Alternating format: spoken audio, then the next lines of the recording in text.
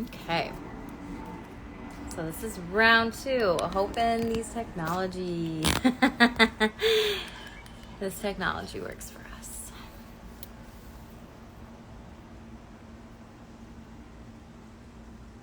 Okay. So I and my business partner will be going live soon. We are having some technical difficulties. So sorry, y'all. We just get to hang out. And so we just invited her on. It's going to take a moment or two.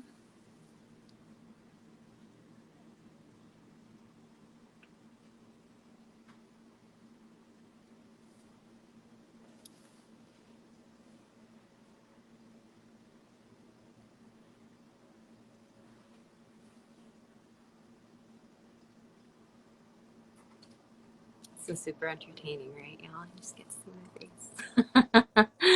Okay, she's in. Let's see.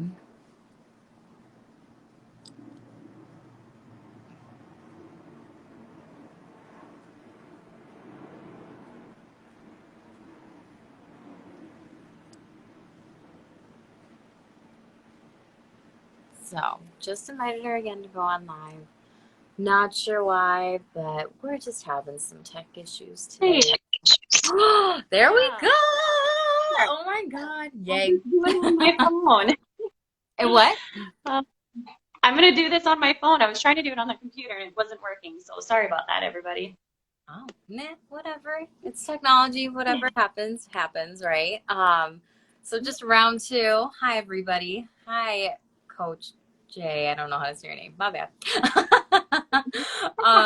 So today we actually planned this live to talk a little bit about sex and safety, what your child, teen, adolescent, just what people need to know, what teenagers, young kiddos, young children, how important it is to talk to them about sex. And so we're going to definitely jump right into that. But I want you to introduce yourself first, share about yourself, what you do, your name, your background, your specialty. So you go first.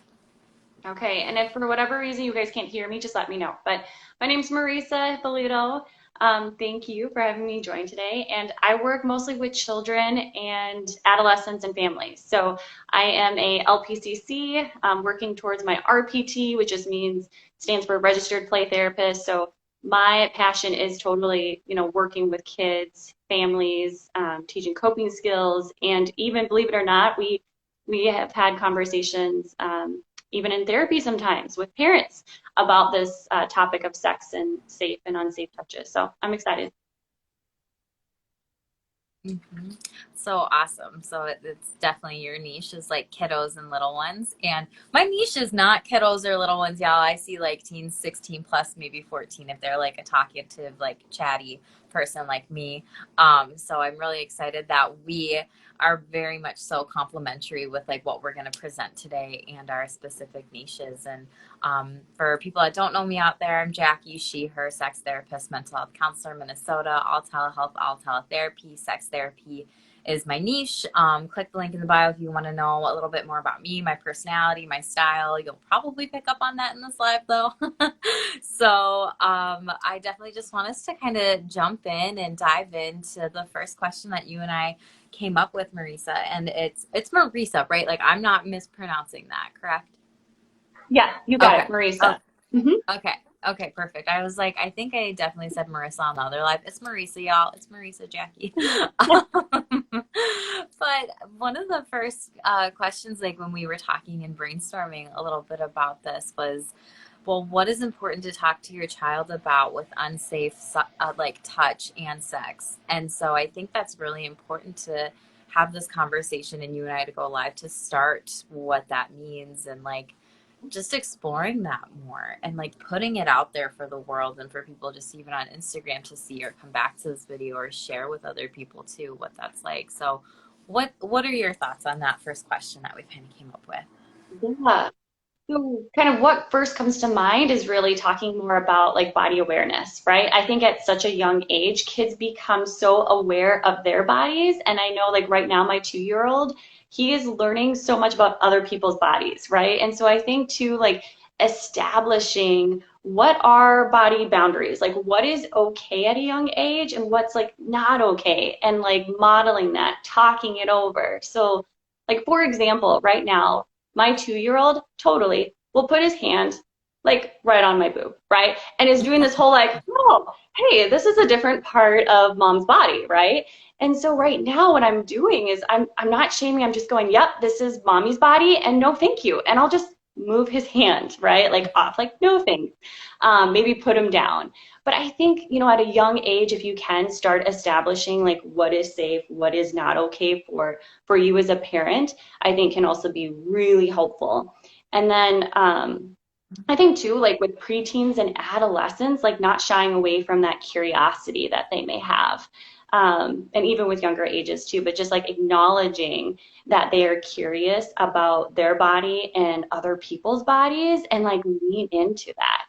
You don't have to like know all the answers. I mean, we got Google, we've got professionals, you could reach out to people. But I think too, just diving into that and just being real. Be real with your kid and be like, this is super awkward and we're going to talk about this. Opening that door of communication, I think too, is just so, oh, my phone's about to fall. Okay. Is so vital, I think, for that relationship piece so that you can even start having a conversation about safe and unsafe touches. And anyway, too, like later on today, I'll totally share some like really helpful kid-friendly books that talk about, bodies, my body, their bodies, what is safe touch, what is not, like safety, all this kind of stuff too, because there's so many kid-friendly resources that also explore this concept of sex and also, the safe touch and what's not so safe.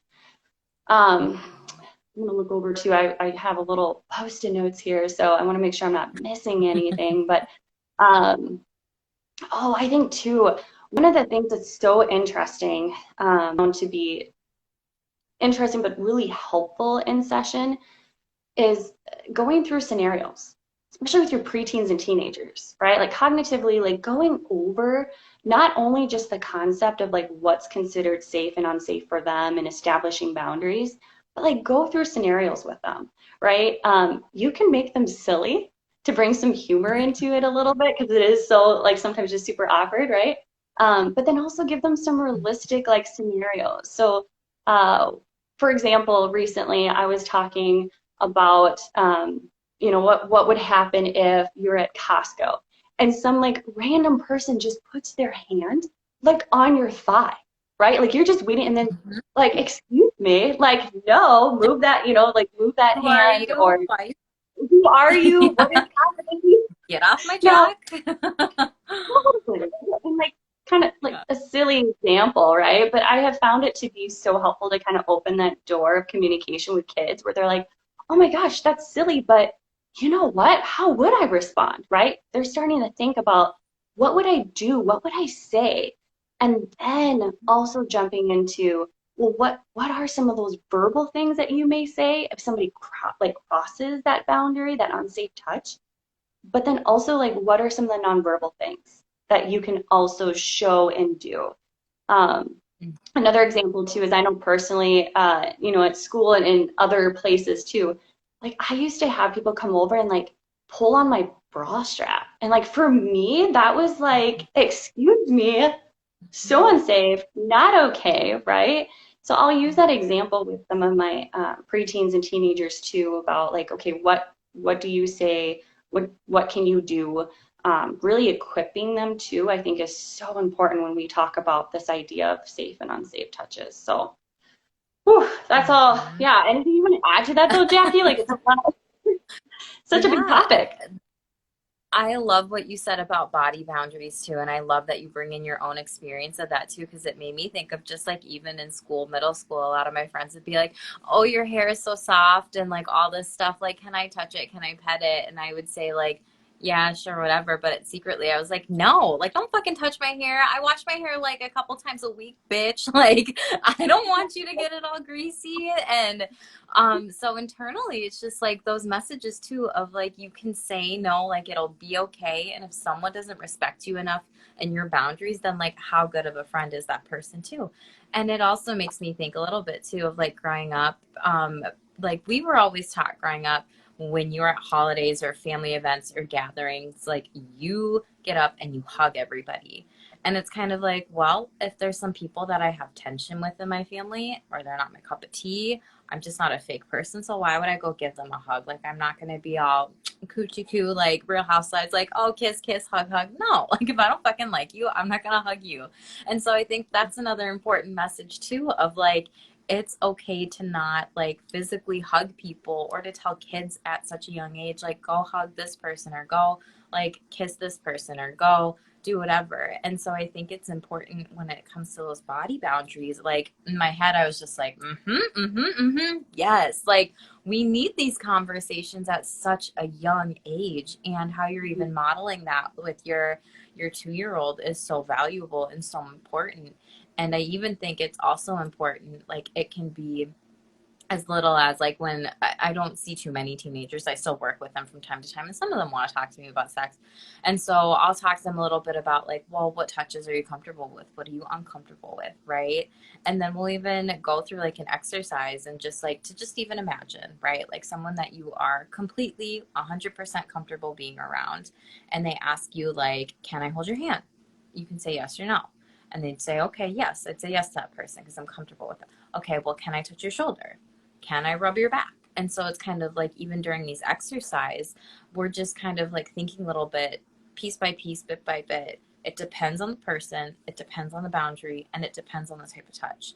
And talking about touch and how we don't want people to touch our bodies, like, it's okay to say no and please stop. And starting that at such a young age is so important because safety can be like a concern, right? Like, sexual assault happens. And and there's so many other different topics about sex, like, right, when it's not consensual, that consent is so important. So I think how you were describing body boundaries and consent, how they go hand in hand, it's just like, yes. Yeah. Like, let's keep this conversation going.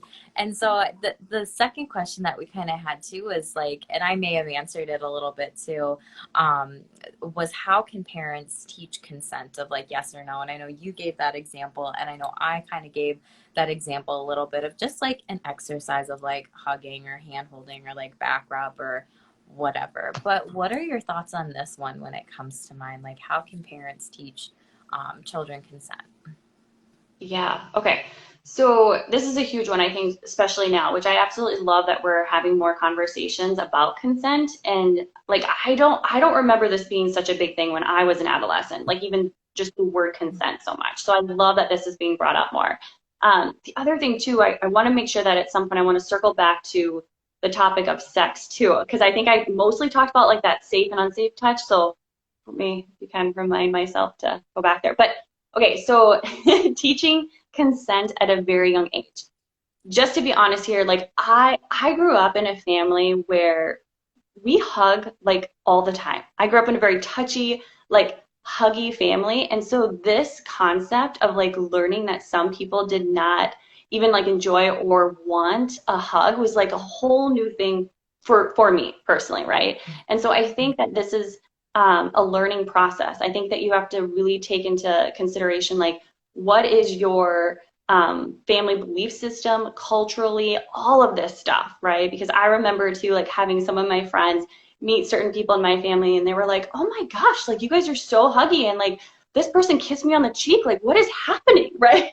So I think you have to take all of that into consideration, right? Um, Mhm. and I would say, again, this is such an important topic too, consent.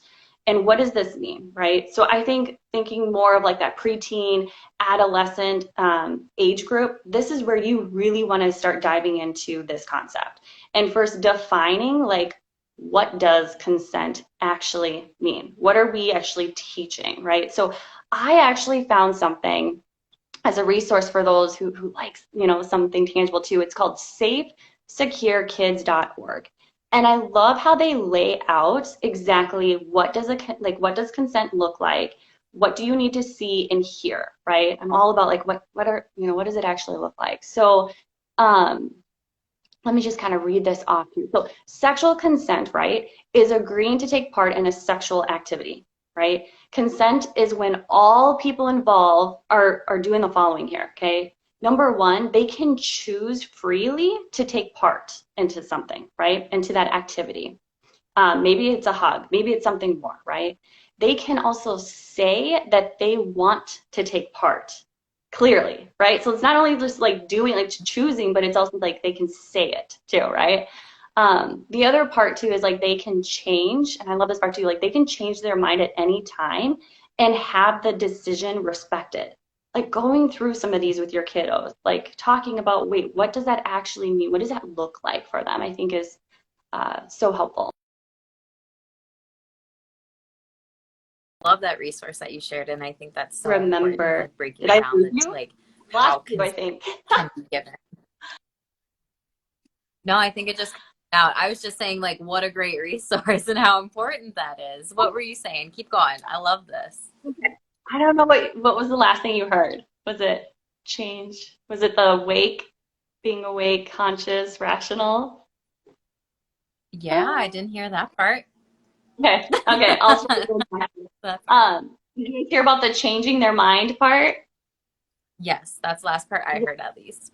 Hmm. Okay, all right. So the other last three here is just that they are awake, right? That they're conscious and rational. And I think that that's where sometimes too people are like, well, wait, let's talk about when somebody's intoxicated. Like, can you actually get consent from somebody who is intoxicated or under the influence of something, right? It's like, ugh, probably not the best time, right?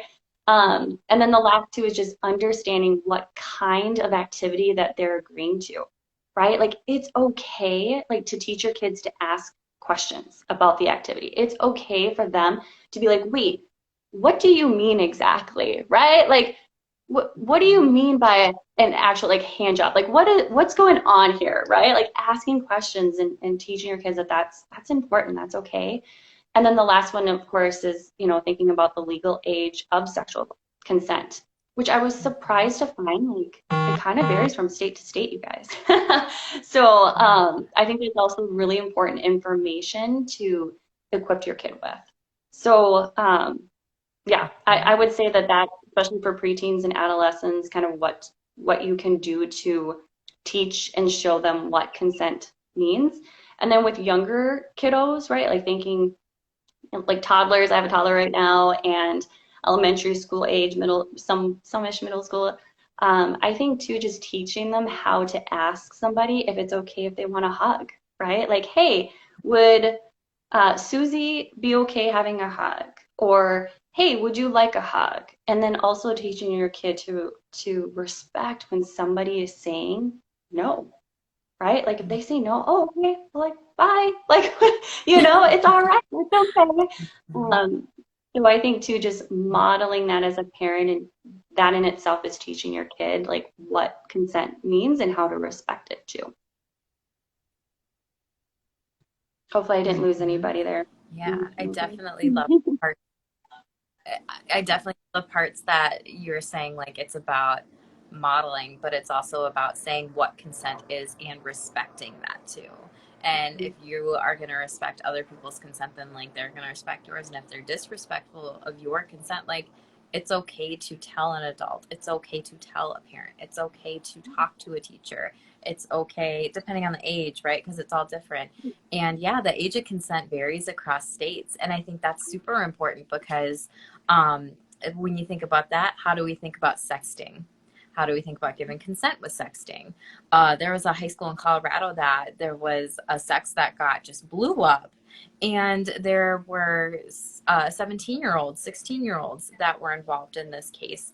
And essentially, the judge decided, like, we're not going to try them and take this case as if they're adults because they're considered like they're not like sex offenders, but like they could have sexual offenses And so that just thinking like that could be really life ruining. And we don't have enough conversations about sex to actually focus in on like this idea of consent while texting and receiving sex, and vice versa, just even conversations in person. And so that's why it's got to start at a young age, like you're saying too, because even the average age of seeing porn is age 10. So that pre-adolescent stage, absolutely. And like I think one of the things that I'm gonna go off on a mini tangent here, y'all, and give you some like fun facts about like developmental and like how we're sexual fucking beings like out the womb.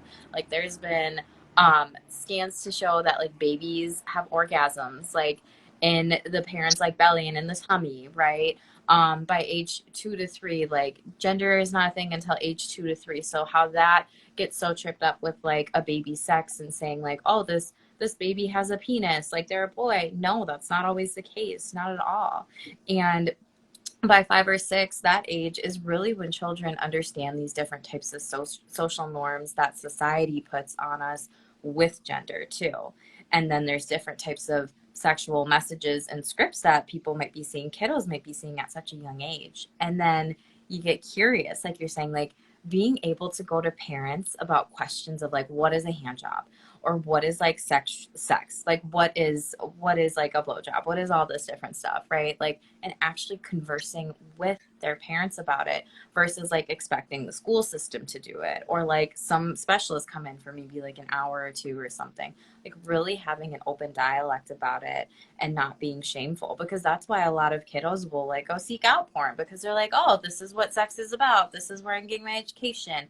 And now that like social media is just blown up and we're everywhere, like the internet's not going away anytime soon. This is something where it's important to be able to open up those conversations and having parents be able to talk to their child about sex and just exploring it too, and knowing that it's okay to talk to your child about sex or your teen about sex. And with that, like multiple conversations of consent. That's one of the things I love doing with my couples. Sometimes I'll see couples and they'll say like, yes, let's go through like a sexual exploration checklist. I want to like discern a little bit about what I'm into and what I'm not, and what's a maybe. And when we talk through these things, it's like this is not a one-time session. This is going to continue outside of the therapy room. If consent changes, we need to communicate that. And if it comes up like where we are working on this in the therapy room and we have to pop out this assessment again, then like, okay, let's talk about it here and now and process through that a little bit. And so I think how you were saying that was so important. I was at a conference too. Okay, I'm going to be done soon, I promise. I was at a conference too a couple years ago, and Jenna, who's watching, she was there. And there was this, I don't know what the workshop was. It was on something on sex. So I'm like, fuck yeah, go to that one. That's my jam, right? And the speaker had asked the audience a question or something, and there was a sex therapist there, and she was saying like, no, it really should be your child is asking like, dad, like how do you please mom, like how do you sexually satisfy like this person or that I'm attracted to or whatever. And I was like shaking my head. I was like, yup, yup, yup, go, go, go. And then everybody laughed. And I was like, are you fucking kidding me? It's 2017. Like, we have so much work to do. And it's just so sad because it's like uncomfortability with the topic. And it's like, no, we have to undo a lot of these shameful scripts when it comes to sex. And especially when we talk about sex too, and consent and all these different things. And you wanted to say something about sex too. So I'm going to pause Right. myself. There's so many. No, I'm just like, yeah, right. Because I think too, what's so fascinating to me, especially thinking like family system wise, right, is how like it really has only been pretty recently where people are talking about this more, right? Like I have been so blessed to have a mom who, parents who really made sure to have these topics with me. But like thinking about generations prior to that, it was a very like, no, we're not going to talk about this. Like, nope, nope, you just like, we don't, Hush, hush. right? And so, right, such a hush hush kind of topic. And so I think too that that's been such a big factor, right? Where it's like, okay, what if you don't feel equipped to have this conversation, like acknowledge that and then and decide to do some research and figure out kind of what do you want to be sharing here with your kiddo and be open to that. So I'm with you with like the series of conversations. It really is like a series of conversations with your kiddos.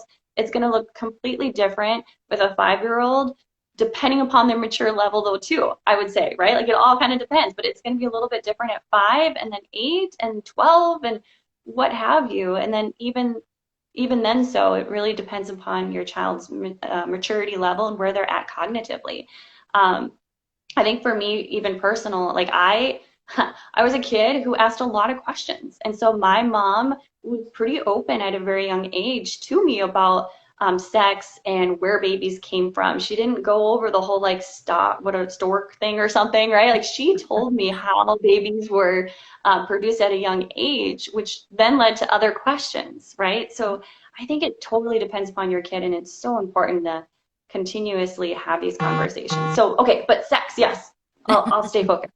I think too, what's so important for families to think about is like number one, like establish like what are your beliefs about sex, right? Because if both you and your partner are kind of like all over the place with like what you're okay sharing, what you're not okay sharing, like get to some place where you can have some type of agreement so that you can come together and like have this conversation with your kiddo, right? I think that it's so important to identify like what are your belief systems regarding sex and sexual touches and all this kind of stuff so that you are ready. It kind of prepares you more to have that conversation with your kiddo. So I think, again, like just establishing your belief system is super important. And then be ready to hear what your kid is hearing from other people's belief systems too, right? Because you're going to equip them, you're going to like share with them your belief systems about sex and sexual intimacy and all this kind of stuff. But they're also going to hear and see, right, through social media, through friends, through family members, or what have you, about all these other types of belief system or beliefs about sex. So be as prepared as possible. Not perfect, nobody's perfect here, but like just be prepared as possible and open to having these conversations and exploring it with your kid. And that's where I think too, for me, again, super blessed because I had a parent who didn't just shame me or make me feel like, oh, I couldn't have these talks with her. She really met me where I was at and explored these concepts with me. So I think too, when you're able to meet your child and explore those conversations with them, man, like it can just be such a beautiful thing. What else am I missing too? I think the other thing I would really encourage parents to think about too is like, what are you hoping your child does experience in regards to sex, sexuality, sexual touches, right? All of this stuff. Because I think it's so easy to identify what you don't want your kid to experience, right? And so that comes out verbally, which is very important, very necessary too.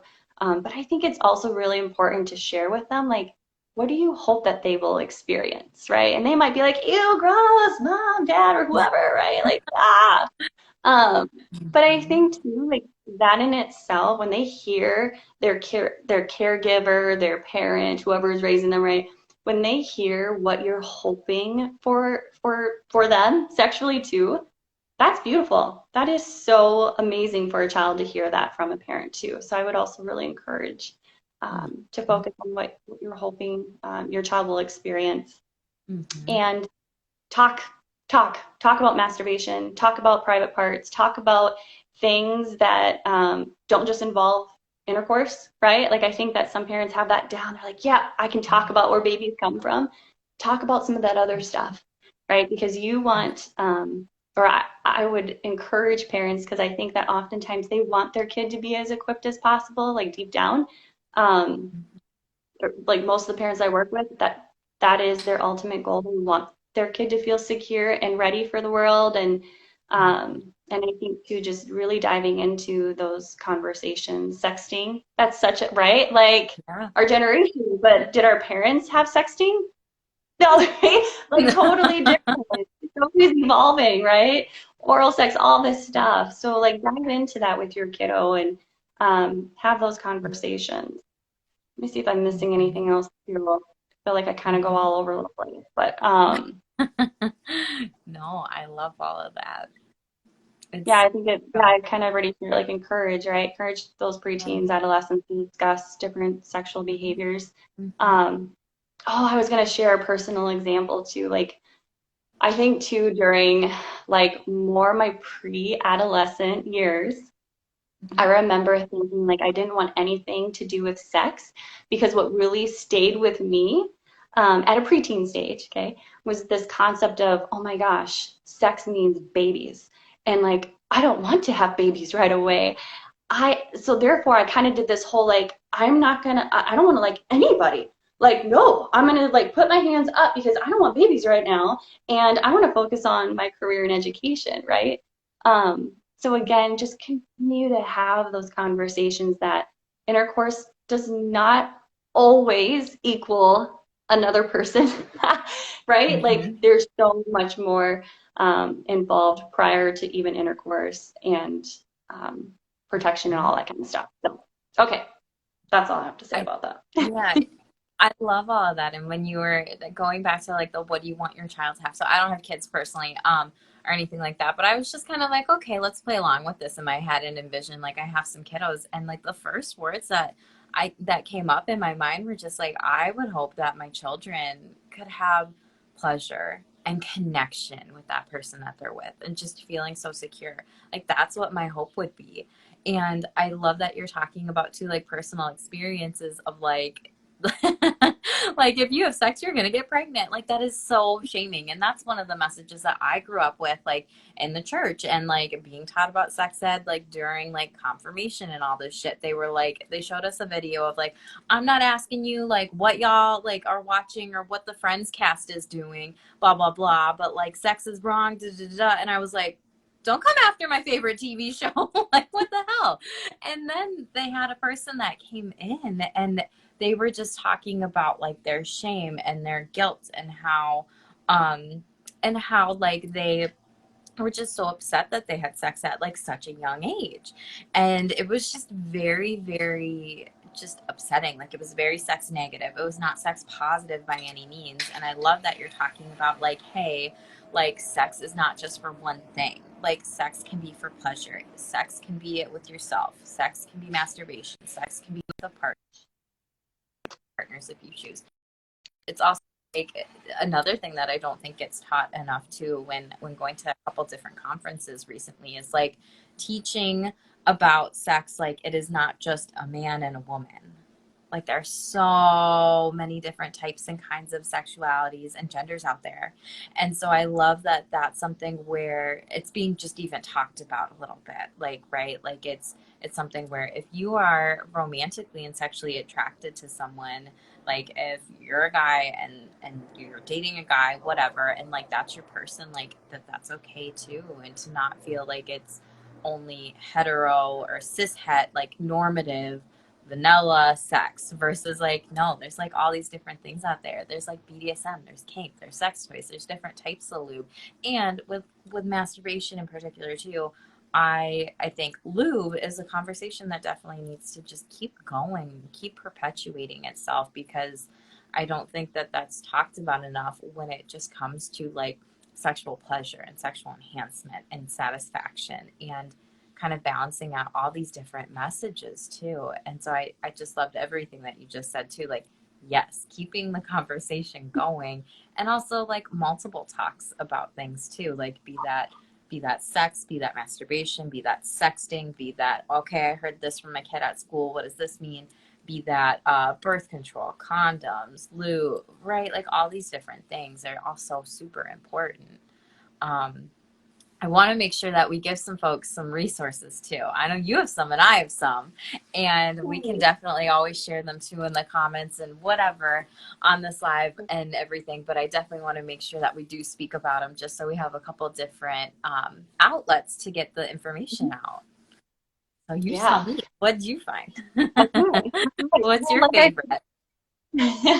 with the consent piece, I really appreciate that safesecurekids.org. I think Mhm. that did a fantastic job just really laying out what consent means and looks like and all that stuff. But then books, right? Because I work with kiddos. I'm all about like, okay, what are some kid-friendly ways to talk about some of this stuff, right? So there is a book called uh, Let's Talk About Body Boundaries. Teach children about body ownership, respect feelings, choices, and Recognizing Bullying Behaviors, and it's by Jaylene Sanders and Sarah Jennings. And this is like fantastic read for ages 3 to 7. So highly recommend that one. Another great one that I have used that a supervisor actually provided for me, it's called The Amazing You, Getting Smart About Your Private Parts, is the title of the book. And that's by Gail, and it looks like, I think it's Lynn, and another great book for ages 3 to 6. So, right, and right, 3 years old, believe it or not, yes, you want to have these conversations at a very young age and prepare them. The other one that's kind Kids of fun, my masturbate kiddo. at 3. I don't know if I said that. Kids masturbate at age 3, everybody. Yeah, Yes. yeah, please. Um, Yeah. yep. And then there's another one, my kid right now, he's so into dragons. And there's actually one called Teach Your Dragon Body Safety. And I was like, what? Started looking That. into this one more. And it's about personal boundaries. What? Right? Appropriate and inappropriate touching. Like, again, wow, in a fun, kind of kid-friendly way. And that one is by Steve Herman. And the last one too, because I do work with a lot of, people who identify as Christian and practice the Christian belief, and so they're wondering like, what are some other resources there?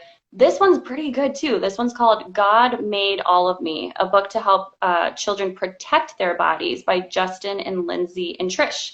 And I love this one too. And I'm trying to remember how they talk about it, but they talk about the difference between like, what is it like? Anyway, I feel like I'm gonna screw it over, so I'm not gonna say it. But something about like touches and how that varies. They even give you like they walk you through examples of like going to the doctor's office, right? And what the doctor's going to do, and like, wait a minute, but mom and whoever just said these are my private parts, and now I'm going to the doctor. Like, how confusing for a kid. So I love that this Right. actually gives like examples too, right? So those are my go-to for younger kiddos. I love them. They all sound amazing. And I definitely like the part where it's kind of like, okay, well, the doctors don't like just get a free pass or anything like that here. And that's one of the things when I've worked with folks like sex later in life. They like some people have like shared with me like they don't even ask me to like touch me, like, and I say, what are you doing? And I'm like, I'm glad you did that. Like literally, that's important for doctors and everybody to learn like, hey, you can't just touch me without my consent here. And then by doing that, they model it, they learn it, and then that's hopefully something that's corrected and then they won't do again. So I love that point of it too. um, so a couple resources that I have that I really really like that I share with folks is, well, like my teenagers, so like scarletteen.com is a great one. Sex Positive Families I love. Sex, the second edition, the All You Need to Know Sexuality Guide to Get You Through Your Teens and 20s. Sex is a Funny Word, a book about bodies, feelings, and you. And that one's really important because for most folks, like if we haven't had a formal, like really good, rich sexual education, like that's something where like my supervisor is like, use this, like have your client get this book, and it may be kind of cheesy, but it's important because they missed out on this on those developmental years, which I think is just absolutely fascinating. And then the other book that I really love is this one. It's called Consent, and it's by Dr. Jennifer Lang. What I love about it is it talks about, like, it just breaks things down a little bit. Let's talk about sex, dating, and relationships. This book is about inclusivity, fluidity, and empathy. Um, Talking even through a little bit more of like, am I ready to have sex? And then this even talks about the pressures. Like, do I feel pressured to have sex? Um, Talking through like abuse and assault, like talking a little bit about practicing safer sex, all these different things. And so I really like it because it's super simple. It's like 100-ish pages, not even, like with the images in it. So it's like not a super big read, but I love going through this book and just like rereading it and re-reviewing it and everything. So um I know that we both have to get going, so I just want to say thank you for doing this live with me, and I would just want to ask if you have any final like thoughts, words, anything like that with this live today. Yeah, no, thank you. Thanks for having me on today and also for just bringing this topic up, especially focusing on kids and families. I so appreciate that. And I look forward to just having more of these two topics that are focused on kids and families. So, so important. So, thank you.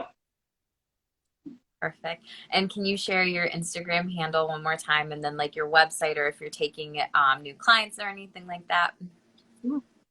Yep. So, my Instagram is at Hopeful Hippo, 1P to play off of my maiden name, Wellness Therapy.